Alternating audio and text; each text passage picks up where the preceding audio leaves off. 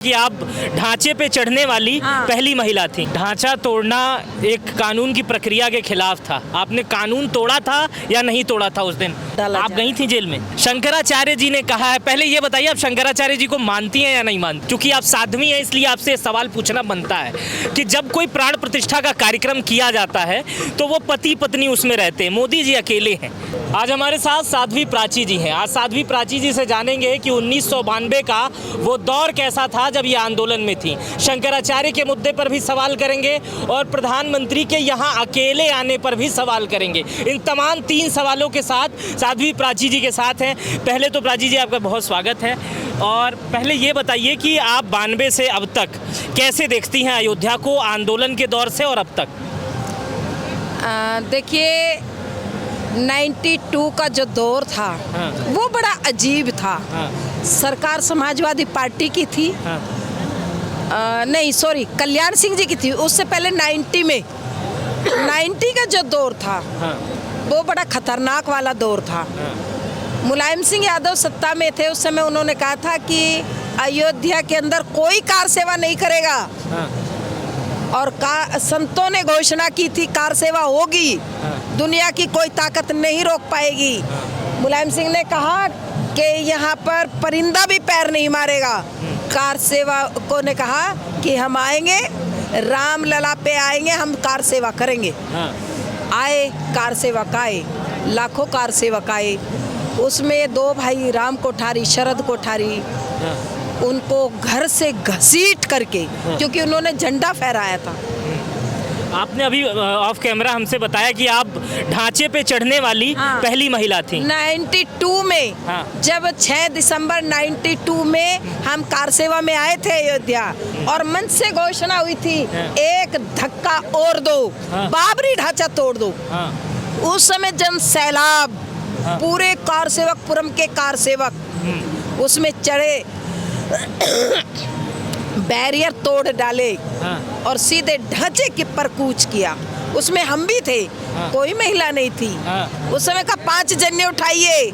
मेरठ की जो दो नाबालिग बालिकाएं भगवा वेश में सबसे पहले गई। 6 दिसंबर की घटना उनके लिए गौरव और गर्व की बताती है। वो हमने कहा था हमारे लिए गर्व की बात है। ढांचा तोड़ना एक कानून की प्रक्रिया के खिलाफ था। आपने कानून तोड़ा था या नहीं तोड़ा था उस दिन? आज के हिसाब से बताइए। देखिए हमने अपने रामलला जी के ऊपर से जो ढांचा हटाया है वो उसमें हमने कोई कानून नहीं तोड़ा है भाई। मेरे आप ये कह रही हैं कि उस दिन कानून, ये देश राम का है, परिवेश राम का है और राम के इस देश में राम का मंदिर नहीं बनेगा तो क्या पाकिस्तान में बनेगा या मक्का मदीना में बनेगा? तो हमने इसीलिए ढांचे को, अगर ढांचे को नहीं हटाते तो आज राम मंदिर मेरे भाई नहीं बनता। ढांचा हटाना बहुत जरूरी था, इसलिए ढांचा हटाया। हमें गर्व है इस बात पर। जिन लोगों को शर्म है वो डूब मरे, हमें कोई परवाह नहीं, लेकिन आज हम बहुत गौरवान्वित हैं। नहीं, मैं एक लस्ट सवाल है ये कि कानून उस दिन टूटा था या नहीं टूटा था? नहीं टूटा। क्योंकि कार से देखिए राम जी का काम है। राम जी के काम में राम जी के आदेश से कार सेवक ढांचे पर चढ़े। उस समय कोई कानून नहीं टूटा था। कानून नहीं टूटा था। और कुछ कोई अनुभव साझा करना चाहेंगी हमसे? वो दौर बड़ा अजीब दौर था। कार सेवकों को खोज करके उन पर कार्रवाई की जा रही थी, जेलों में डाला। आप गई थी जेल में? हाँ, हम जेल में गए थे। हमने कहा था, हालांकि हम नाबालिग की वजह से छूट गए थे क्योंकि हम 12 साल के बच्चे थे। तो इसीलिए 12 साल की उम्र में कैसे इतना आपके अंदर प्रतिभा आई या कैसे ये जोश आया? देने वाला परमात्मा है ना। उसी समय सोच लिया था साध्वी बनना? उसी समय हमने संकल्प भी लिया था। उसी समय हमने राम लला का जो भव्य मंदिर है, हमें राम मंदिर को बनवाना है और हम गृहस्थ में नहीं जाएंगे, हम संन्यास धारण करेंगे। हम राम जी का मंदिर, प्रभु हम आपका मंदिर देखना चाहते किसी तरह से। तो अब ये आपका संकल्प पूरा हुआ? अब हमारा संकल्प पूरा हुआ। संकल्प पूरा हो गया। दूसरे सवाल पे आते हैं। शंकराचार्य जी ने कहा है, पहले ये बताइए आप शंकराचार्य जी को मानती हैं या नहीं मानती हैं? हाँ मानती हूँ, क्यों नहीं मानूंगी। देश की परंपरा, सनातन की परंपरा को आगे बढ़ाने वाले चारों शंकराचार्य को मैं नमन करती हूँ।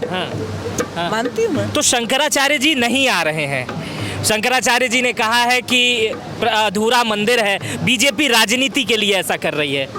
देखिए, इस तरह की बयानबाजी शंकराचार्य को शोभा नहीं देती। हाँ।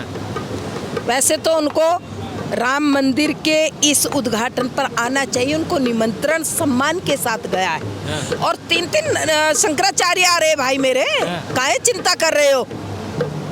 और अंतिम सवाल, कुछ सोशल मीडिया पे ये तमाम सवाल उठ रहे हैं, क्योंकि आप साध्वी हैं इसलिए आपसे ये सवाल पूछना बनता है कि जब कोई प्राण प्रतिष्ठा का कार्यक्रम किया जाता है तो वो पति पत्नी उसमें रहते हैं, मोदी जी अकेले हैं। ये सोशल मीडिया के सवाल खूब उठ रहे हैं इस पे। देखिए, जिन लोगों को राम जी से गुरेज है, हाँ। पूजा वो भी राम की करते हैं, केवल क्वेश्चन उठाते हैं। जिन लोगों को राम जी से गुरेज है, राम जी से बैर है, वो कुछ ना कुछ कहेंगे। हाँ। लोगों का काम है कहना मेरे भाई। मोदी जी ने वो कर दिया देश में, वो इतिहास बना दिया। आज तक 70 साल तक वो लोग शासन में रहे, उनकी औकात नहीं थी मंदिर बनवा देते। हमारे साथ साध्वी प्राची जी थी, तमाम खट्टे मीठे सवालों का उन्होंने जवाब दिया। ये वीडियो आपको कैसी लगी मुझे कमेंट बॉक्स में ज़रूर बताइएगा। मेरा नाम मित्र प्रकाश है। वीडियो देखने के लिए बहुत बहुत शुक्रिया।